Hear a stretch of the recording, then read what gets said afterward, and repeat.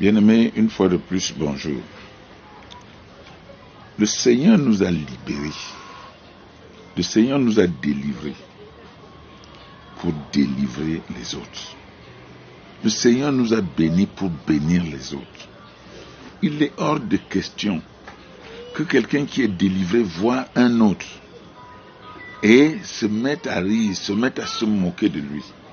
Il est hors de question que toi, que Dieu a sorti de la boue pour t'élever, que tu trouves quelqu'un qui est dans la boue et que tu ne le sortes pas de là.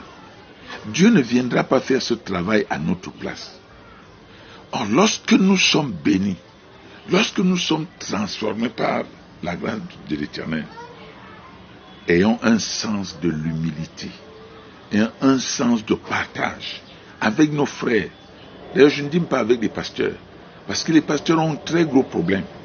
C'est que lorsqu'ils délivrent l'homme, lorsqu'ils libèrent l'homme de sa captivité, l'homme n'arrive jamais à revenir vers le pasteur pour comprendre que cette libération était aussi une bénédiction pour le pasteur.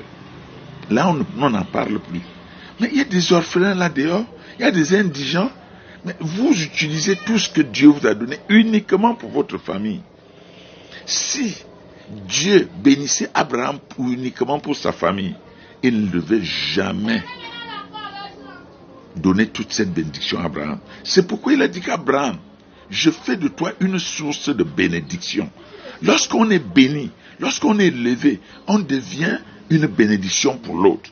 On devient une grâce pour l'autre. Vous n'allez pas attendre que Dieu descende du ciel pour venir davantage bénir tout le monde. À partir de toi, quelqu'un veut sourire. À partir de toi, quelqu'un veut rire. Quelqu'un veut avoir la paix de cœur, la paix de l'esprit. À partir de toi, quelqu'un veut manger. Quelqu'un veut se sentir à l'aise. Mais que fais-tu de la bénédiction que Dieu t'a donnée? Au contraire, tu offenses même les pasteurs qui ont utilisé tout ce que Dieu leur a donné comme savoir spirituel pour te sortir de là. Tu offenses les orphelins, tu offenses les indigents. Mais de quel Dieu est-ce que toi tu veux parler? Que veux-tu que Dieu fasse demain? Et quand tes activités seront retardées demain, tu trouveras que Dieu ne fait plus rien pour toi. Or, c'est toi qui as ouvert la porte à l'ennemi qui est en toi, l'ennemi de la cupidité, l'ennemi de l'égoïsme, l'ennemi de la haine et de la jalousie, de la médisance, pour bloquer ton chemin. Reprends-toi, ma fille. Reprends-toi, mon fils. Reprends-toi, oh gaillard. Lève-toi. Pense que Dieu t'a béni pour bénir les autres. Pense que Dieu t'a délivré pour délivrer les autres. Et mets-toi au travail. Abonnez-vous et que le Seigneur davantage vous bénisse et qu'il vous garde. Au nom de